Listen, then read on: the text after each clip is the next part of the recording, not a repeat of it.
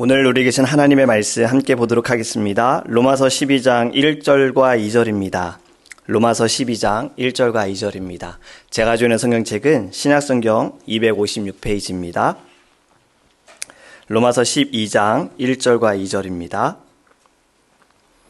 우리 다 같이 한 목소리로 읽도록 하겠습니다. 그러므로 형제들아 내가 하나님의 모든 자비하심으로 너희를 권하노니 너희 몸을 하나님이 기뻐하시는 거룩한 산 제물로 드리라. 이는 너희가 드릴 영적 예배니라. 너희는 이 세대를 본받지 말고 오직 마음을 새롭게 함으로 변화를 받아 하나님의 선하시고 기뻐하시고 온전하신 뜻이 무엇인지 분별하도록 하라. 아멘. 아멘. God is good. God is good. 우리 옆에 성도님과 인사할까요? 오늘 주님의 이름으로 사랑합니다. 이렇게 인사하겠습니다. 주님의 이름으로 사랑합니다. 네. 여러분 새해에도 하나님께서 변함없으신 그 선하심으로 우리를 인도하여 주실 줄 믿습니다. 아멘. 교회를 다니는 분들을 사람들이 무엇이라고 이야기를 합니까? 제가 어릴 때요, 교회 다닌다 그러면 친구들이 이렇게 이야기를 한 적이 있었어요. 예수쟁이. 예수쟁이. 예수님 따라가는 사람. 또 이렇게도 말했어요. 아, 쟤 예배하러 간다. 교회 가면 예배하러 간다 그랬어요. 그래서 저는 중고등학교 친구가 별로 없습니다. 슬프면서 재미있는 이야기예요. 왜냐하면 친구들이 학교에서는 잘 지냈어요. 월요일부터 금요일까지 토요일까지 잘 지냈어요. 그런데 아이들이 만나는 시간은 저는 항상 교회 가서 예배를 드려야 하는 시간이기 때문에 그 이후에 함께 시간을 보내지 못하다 보니 점점 소원해지는 거예요. 아예 전화도 안 해요. 토요일 날 만남이 있어도 친구들끼리 만나도 저한테 이제는 연락을 안 해요. 봉선이 걔한테 전화하지 마. 걔는 교회 가서 예배하거든. 얘기해봐야, 물어봐야 아무 소용없어 라고 이야기를 합니다. 여러분, 예수님과 예배를 빼놓고는 기독교를 말할 수 없다라는 거예요. 크리스찬, 우리가 기독교인들이다, 그리스도인들이다 하는 사람들에 대해선 예수님이 반드시 있어야 하고 예배가 있어야 합니다.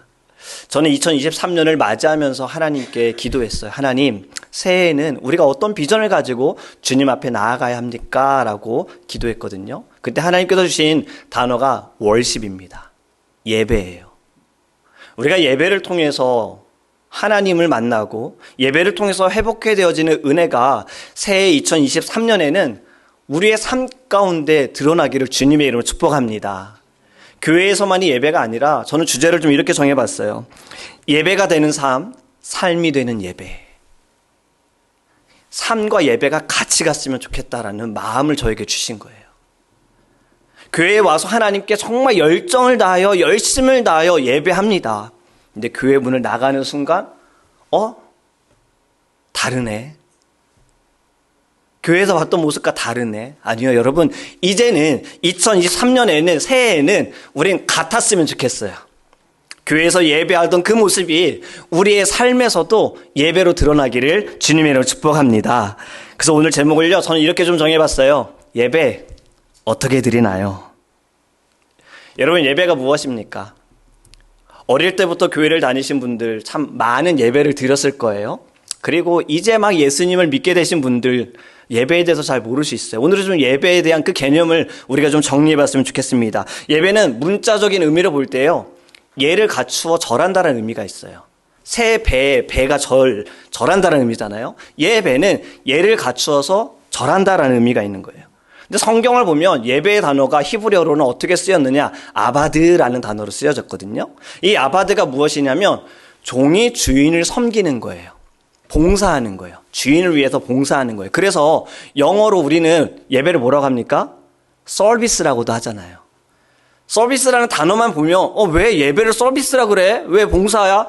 그 봉사의 개념을 내가 교회 가서 열심으로 뭔가 하는 것에 봉사라고 생각할 때 아니야 라고 할 수 있지만 맞아요. 그것도 다 예배인 거예요. 하나님께 우리가 봉사하는 거예요. 나의 주인 대신 하나님께 봉사하는 것이 예배다. 그것이 바로 아바드라는 겁니다. 그렇다면 월십, 영어로 또 월십이라는 단어를 쓰잖아요. 그럼 월십이 무엇일까요?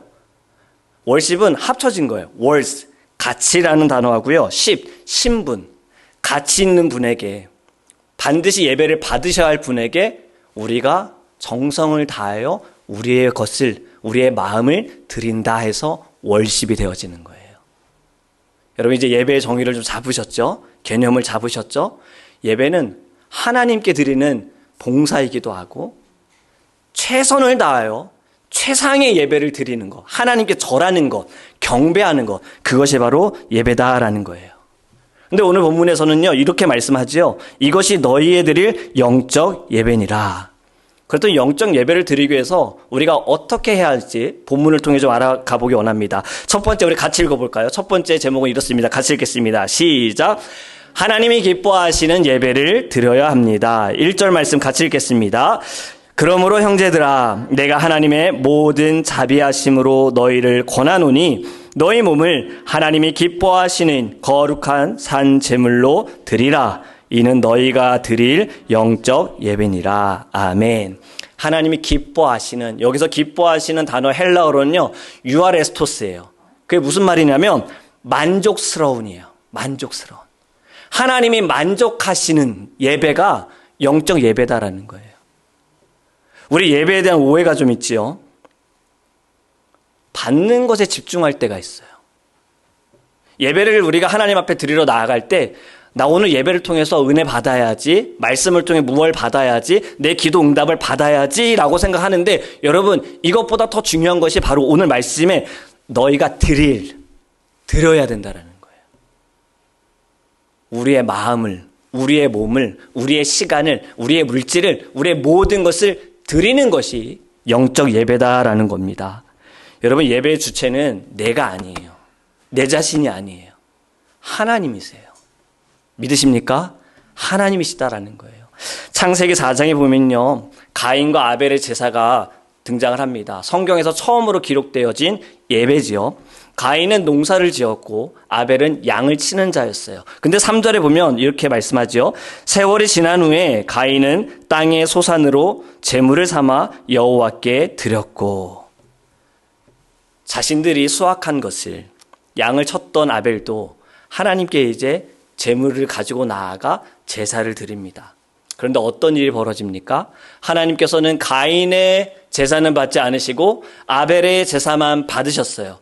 이로 인하여서 가인의 마음이 완악해지고 강팍해지고 아벨에 대한 질투심이 생겨서 가인을 쳐 죽입니다. 처음에 예배의 자리가요, 최초의 살인 사건 현장으로 바뀌는 순간이에요. 저는 이 말씀을 다시 묵상하면서 우리가 하나님 앞에 예배할 때 나의 심령이 너무나도 중요하다라는 것을 다시 돌이켜 봅니다. 하나님께서 부르시고 하나님이 받으시는 예배에 나의 마음 상태로 인해서, 가인의 마음 상태로 인해서 하나님이 왜 내 예배를 받지 않으시지에 그가 초점을 둔 것이 아니라 왜 내 예배는 받지 않으시고 저 동생의 예배만 받으셨지 하고 동생을 시기해서 동생을 죽였다라는 거예요. 여러분 우리가 하나님께 나아갈 때는 먼저 우리의 마음 상태를 돌아보아야 하는 거예요. 지금 나의 마음이 어떠한가? 나의 심령이 어떠한가?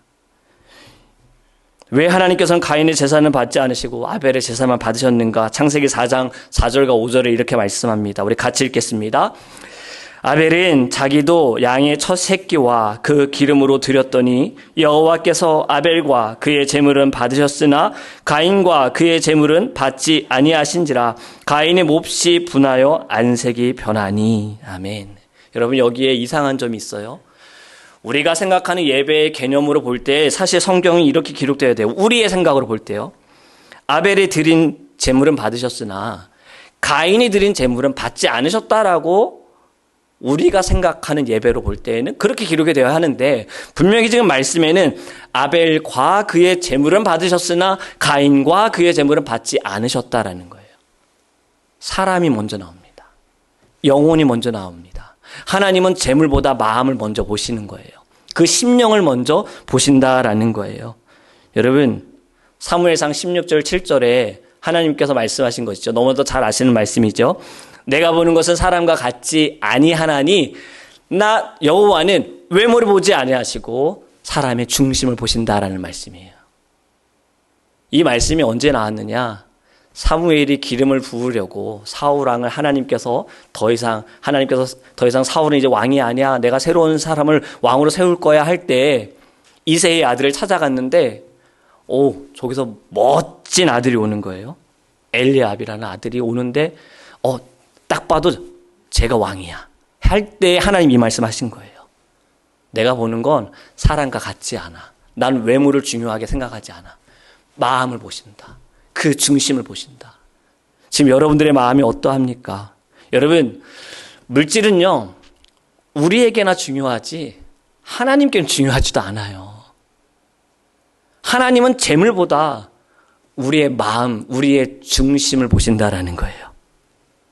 한 영혼이 천하보다 귀하다라는 이 말씀, 하나님께서 영혼의 중심을 통해 예배를 받으신다라는 것을 여러분 반드시 기억하시기 바랍니다. 그래서 우리가 하나님 앞에 나아갈 때 저는 이렇게 기도해요. 하나님, 저는 부족합니다.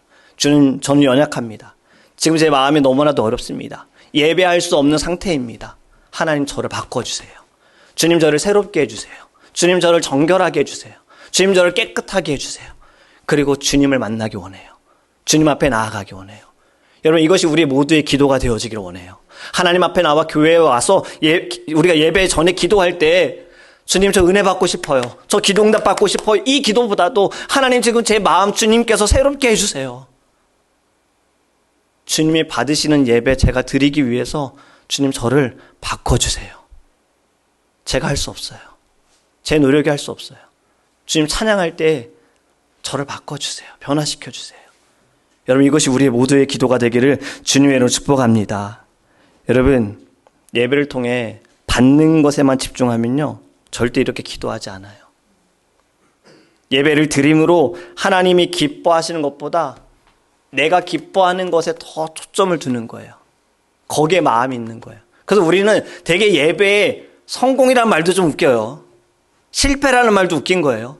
나 오늘 예배 성공했어. 이 말이 나 오늘 은혜 받았어처럼 이제 사람들은 그렇게 말해요. 아니에요, 여러분. 예배의 성공은 내가 어떻게 느끼느냐가 중요한 게 아니에요. 하나님이 나의 예배를 받으시냐가 중요한 겁니다.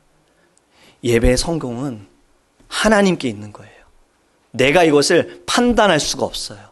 왜 찬송가가 제때에 안 나오지? 왜 기도가 자연스럽게 흘러가지 않지? 왜 자막에 실수가 있지? 그럼 예배 실패한 겁니까? 아니에요, 여러분. 중요한 건 하나님의 마음이에요. 그럼에도 불구하고 나는 오로지 하나님만 바라봅니다. 나의 시선은 주님께만 있습니다. 여러분, 저는 이러한 마음으로 우리가 하나님께 예배하면 어떨까라는 생각을 해봤어요. 사랑하는 사람에게 선물을 주기 위해 여러분들이 준비하는 그 마음. 자, 결혼 때 말고 연인 때로 생각해 봅시다. 결혼 때는 좀 공감하기 어려울 수 있어요. 자, 연인 때. 이 사람은 어떻게든 내 사람으로 만들어야지 하는 그때 여러분들의 선물을 준비하는데 대충 이렇게 아무데나 막 집어넣어가지고 H마트 쇼핑백에 집어넣어서 주는 사람 아무도 없잖아요. 고민하잖아요. 어떤 선물을 주지? 내가 어떤 선물을 줘야 이 사람이 기뻐할까? 선물을 받았을 때 그 사람의 표정이 너무나도 궁금해. 행복했으면 좋겠다. 여러분, 이 마음으로 예배했으면 좋겠어요. 나는 예배를 어떻게 준비해야지? 하나님 내 예배를 어떻게 받으실까? 무엇을 드리지? 여러분, 이 마음으로 하나님 앞에 나아가기를 주님의 이름으로 축복합니다. 그리고요, 여러분, 또 중요한 게 있어요. 선물을 주는 마음만 있고 선물을 안 주면 어떻게 되죠? 큰일 나죠. 마찬가지예요. 우리가 하나님께 하나님, 저는 예배를 드릴 마음이 있습니다 하고 행함이 없으면 안 된다라는 거예요. 하나님이 기뻐하시는 삶이라는 책을 쓰신 스플로우 목사님의 이런 내용이 있습니다. 자막으로 제가 준비했는데 같이 제가 읽겠습니다. 하나님은 우리의 마음을 보신다. 그렇다고 해서 하나님이 오직 마음만 중시하신다는 말은 아니다. 행함이 없는 믿음은 죽은 것이라는 말씀처럼 겉으로는 불순종하면서 속으로만 신실한 믿음이 있다 하는 변명은 성경의 지지를 받지 못한다. 참으로 하나님을 기쁘시게 하는 그리스도인의 삶은 내적인 동시에 외적이다. 여러분 공감이 되십니까? 중심을 보시는 하나님이시지만 마음만 보신다는 것이 아니에요. 여러분, 나무는 열매가 반드시 맺어져야 되는 거예요. 그냥 나무로만 있으면 와, 나무다. 반드시 열매가 맺어져야 돼요. 결실이 있어야 되는 거예요. 행함이 있어야 되는 거예요. 우리가 하나님 앞에 예배하는 마음이 있다면 그것이 행함으로 나타나야 하는 거예요. 그래서 오늘 말씀도 너희가 드릴 영적 예배니라. 여러분, 무엇을 드리시겠습니까? 중심을 보시는 하나님이시지만 마음만 괜찮아가 아니에요. 여러분들의 그 행함을 통하여서 하나님은 예배를 받으신다라는 겁니다. 마음이 있는 곳에 또 행동이 나타나잖아요. 옛날에 어른들은 저희 할머니도요, 우리 여기 권사님도 계시는데 예배를 준비할 때 늘 저희보다 더 큰 마음으로 준비하셨어요. 제가 어릴 때 할머니의 모습 기억나는 게 무엇인지 아세요? 주보가 토요일 날 미리 전달이 돼요. 그러면 그 주보를 보시고, 그때는 이렇게 프레젠테이션 파워포인트 없었잖아요. 프로젝트 없었잖아요. 저 어릴 때는 이러면 또 되게 옛날 사람 같은데 궤도라고 큰 종이에다가 가사를 막 써가지고 넘겼어요. 1절 끝나면 2절 넘기고 막 그랬어요. 그 다음에 나온 게 OPT죠. 필름에다가 글씨 써가지고 딱 갖다 놓으면 빛으로 볼 수 있는 거. 그럴 때에도 우리 어르신들은요, 주보를 미리 받고요, 그 주보의 순서대로 여기에다가 오늘은 찬송가 1장이니까 찬송가 1장에다가 책갈피 끼시고, 그 다음 교동문 1번이니까 1번에 끼시고, 오늘 찬송가 8장이니까 8장에 끼시고, 오늘 성경 로마서 12장 1절에서 2절이니까 거기에 성경책 미리 다 껴두셨어요. 그 예배 오셔가지고 그 순서대로 이렇게 하나씩 펴시는 거예요. 헌금을 드리실 때에도요, 구겨진 헌금을 다리미판에 올리시고 그 위에 손수건 올리시고 다림질 하셨어요. 하나님께 드리는 건 이렇게 꼬깃꼬깃해서 드리면 안 돼. 평평하게 펴서, 빳빳하게 펴서 봉투에 넣으시고 기도하시고 거기다가 이름 쓰시고 또 감사의 제목을 쓰신 거예요. 여러분, 마음이 있으면 행함이 있는 거예요.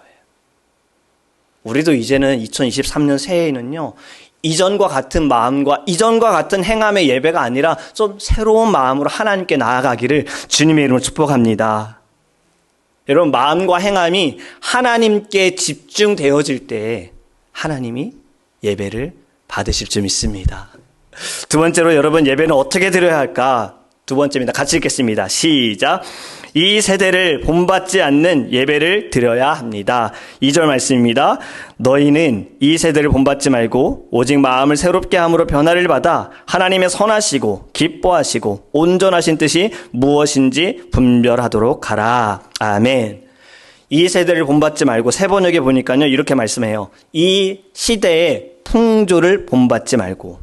원어 성경에 보면 이 세상에 순응하지 말고라고 해석이 되어 있어요.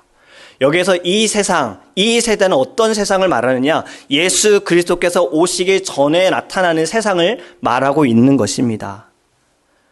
지금 시대는 어떠한 시대입니까? 시대가 달라지고 문화가 달라지고 우리는 점점 편안한 것에 익숙해지는 시대가 되었어요. 그렇죠? 아시는 분들은 아시겠지만 제가 집을 얼마 전에 샀잖아요. 근데 이 집에 스마트 기능들이 되게 많아요.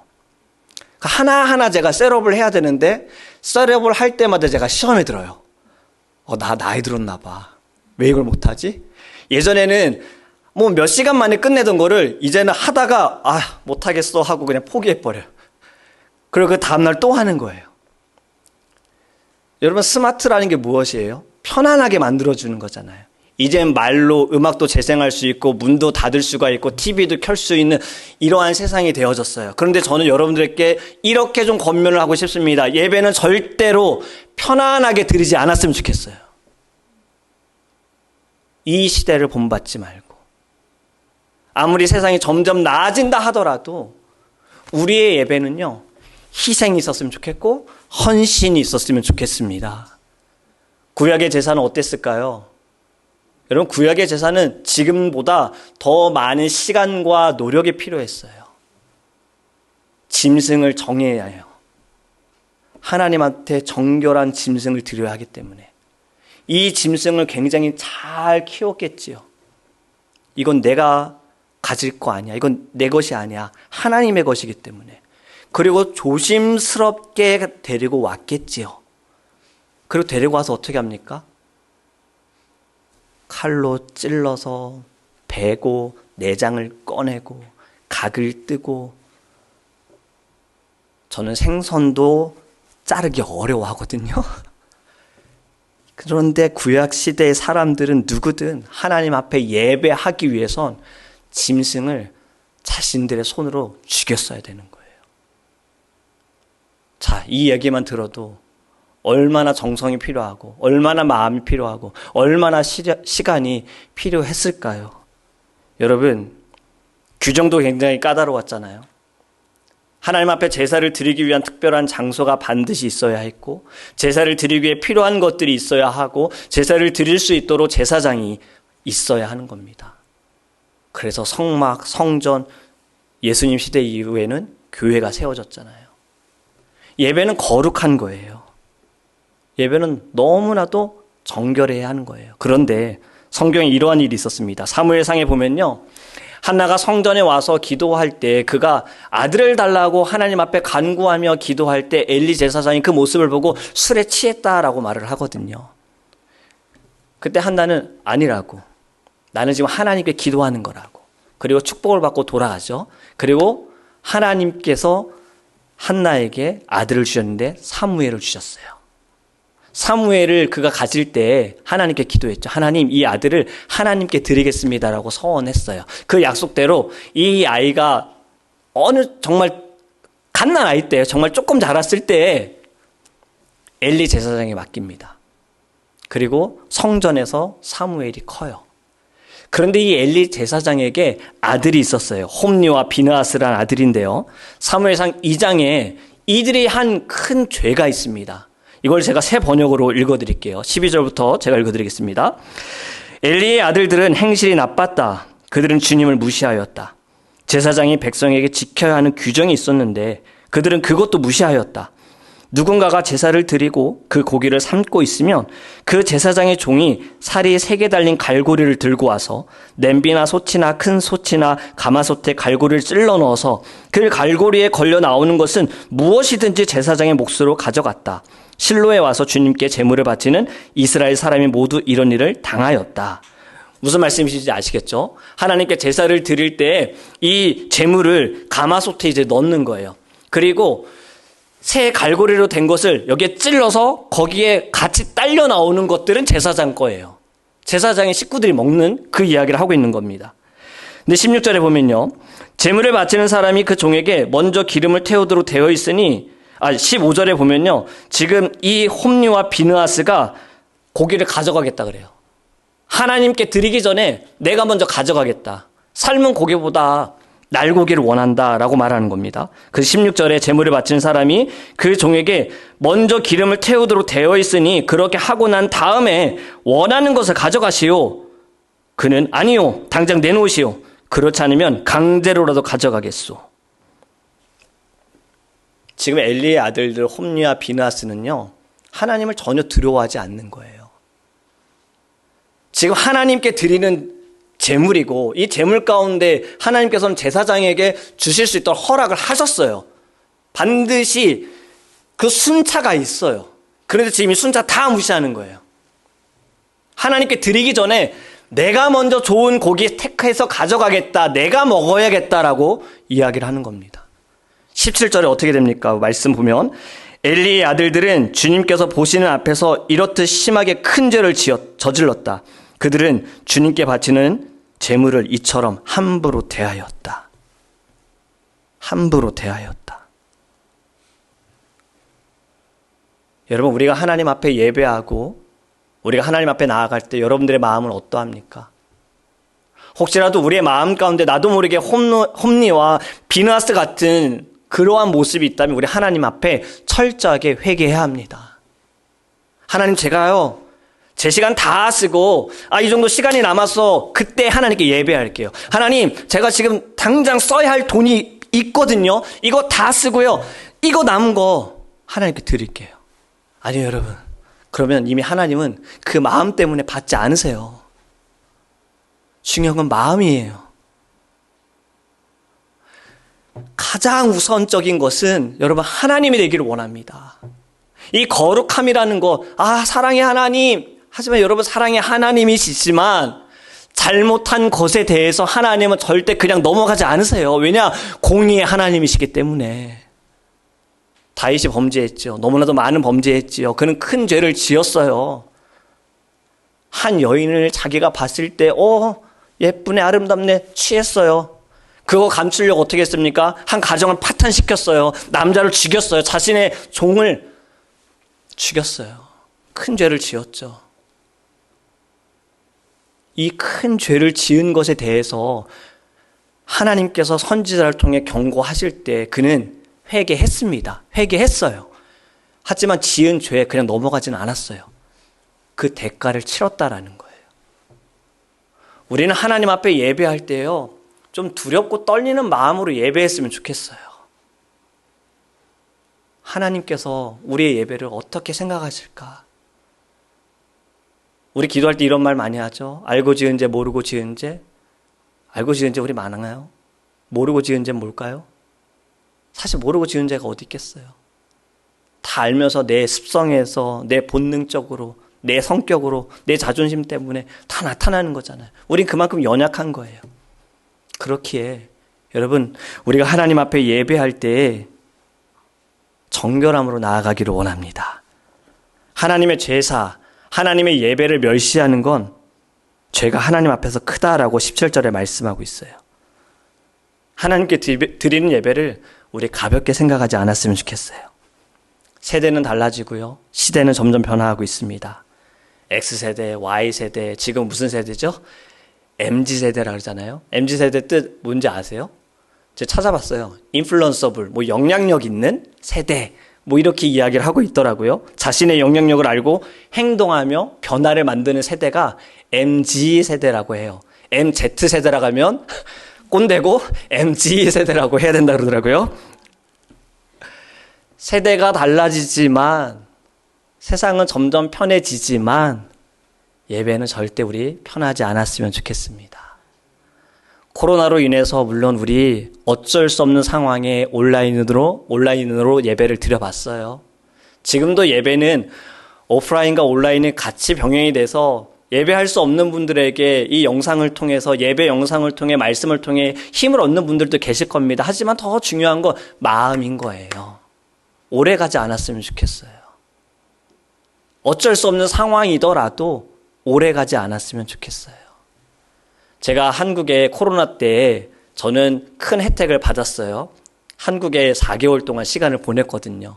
부모님하고 같이 4개월, 저 혼자 갔기 때문에, 사모는 미국에 있었고 저 혼자 갔기 때문에 저희 부모님하고 같이 4개월의 시간을 보내면서 말씀을 전할 수 있는 참 많은 기회를 하나님께서 주셨습니다.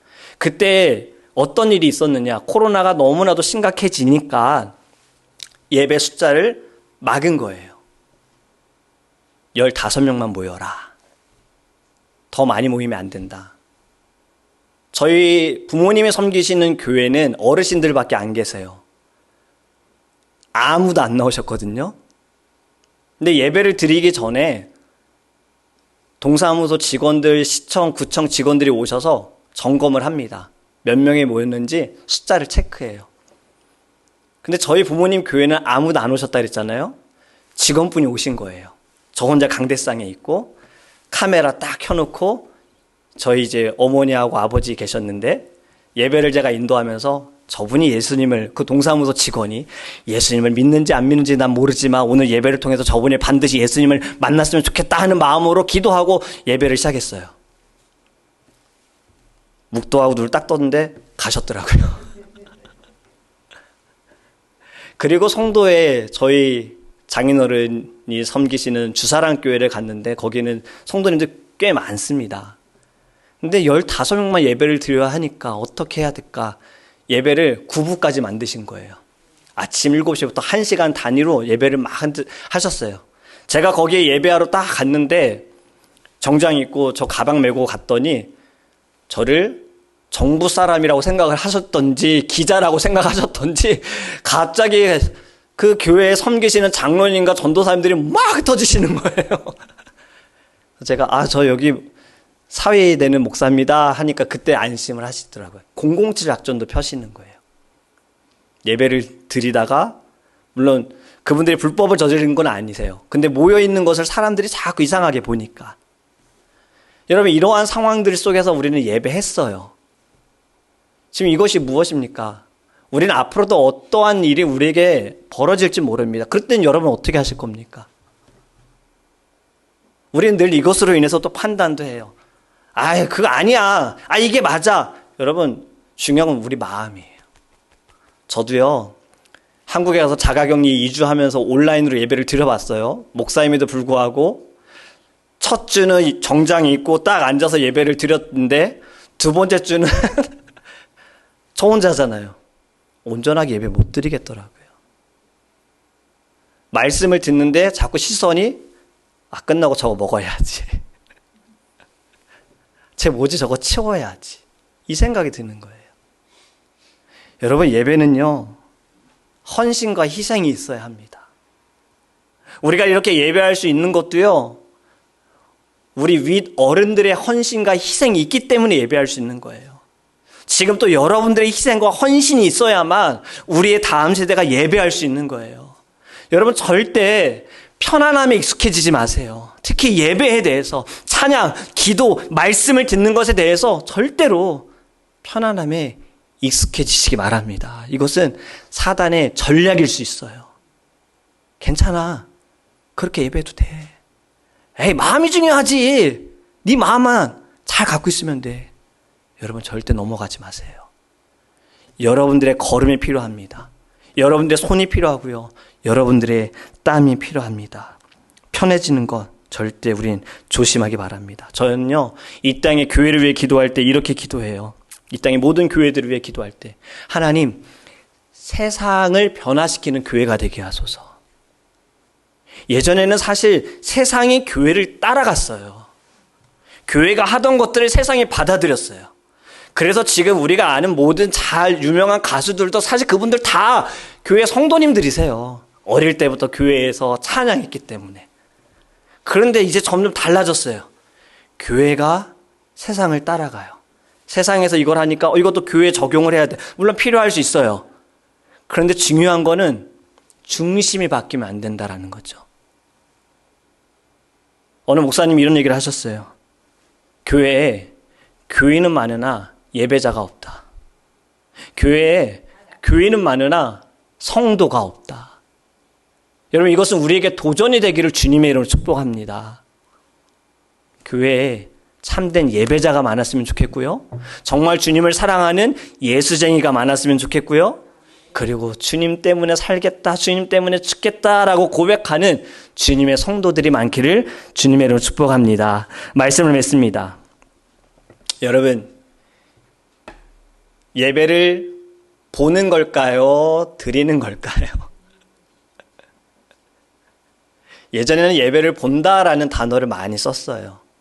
근데 이걸 바로 잡았습니다. 예배는 보는 게 아니에요. 앉아서 찬양팀 찬양 어떻게 하나 보자. 기도 어떻게 하나 보자. 드럼을 어떻게 치나 보자. 목사님 설교를 어떻게 하나 보자. 아니에요. 여러분, 공연이 아닙니다. 저도 그렇고 여러분도 그렇고 우리는 내 자신을 거룩한 산 제물로 하나님께 드리는 것이 예배예요. 처음 예배를 드리는 분도 계실 거고요. 아직 예수님을 인격적으로 만나지 못한 분들, 예배가 무엇인지 모르는 분들이 있을 겁니다. 저는 이렇게 좀 말씀을 드리고 싶어요. 여러분, 연애를 할 때에도요, 결혼을 이제 앞두고 있다면 우리는 이런 이야기를 많이 해요. 사계절은 만나봐야지. 좀 오래 만나봐야지. 그 시간이 있어야 상대방에 대해서 더 잘 알 수 있으니까. 저는 이것도 여러분들에게 예배에 대해 이렇게 말씀을 드리고 싶어요. 여러분, 예수님을 모르기 때문에 예배할 수 없다라는 질문을 거꾸로 생각해 보면 예배를 통해 예수님을 알 수 있어요. 예수님을 알고 싶다면 예배 드리세요. 3개월이든 6개월이든 여러분 하나님 앞에 한번 나와보세요. 그리고 그 마음 가져보세요. 예수님 알고 싶어요. 도대체 예배가 못 가요? 왜 교회 다니는 사람들은 저렇게 늘 행복할까요? 왜 기쁠까요? 궁금하시면 여러분 예배 가운데 나오기를 주님의 이름으로 축복합니다. 구약의 제사 때요, 짐승을 잡는 것은 제사장이 아니라 가지고 온 사람이라고 했어요. 그러면 그 사람이 얼마나 예배를 하나님께 제사를 잘 드렸는지 어떻게 알 수 있을까요? 그 사람의 옷에, 흰 옷에 묻은 피를 보면 알 수 있어요. 피가 많이 튀어 있는 사람은 정말 정성을 다해서 동물을 잡아 죽인 거예요. 하나님께 드리기 위해서. 근데 피가 아무것도 없는 자들은 그냥 때가 됐으니까 그냥 드려야지 이거예요. 여러분 우리의 예배는 피가 좀 묻었으면 좋겠어요. 예수님의 피. 교회 밖을 나갈 때 여러분들의 옷에, 여러분들의 심령에 예수님의 피가 막 묻었으면 좋겠어요. 그리고 그 피로 여러분들이 서 있는 자리가 예배의 자리가 되기를 주님의 이름으로 축복합니다.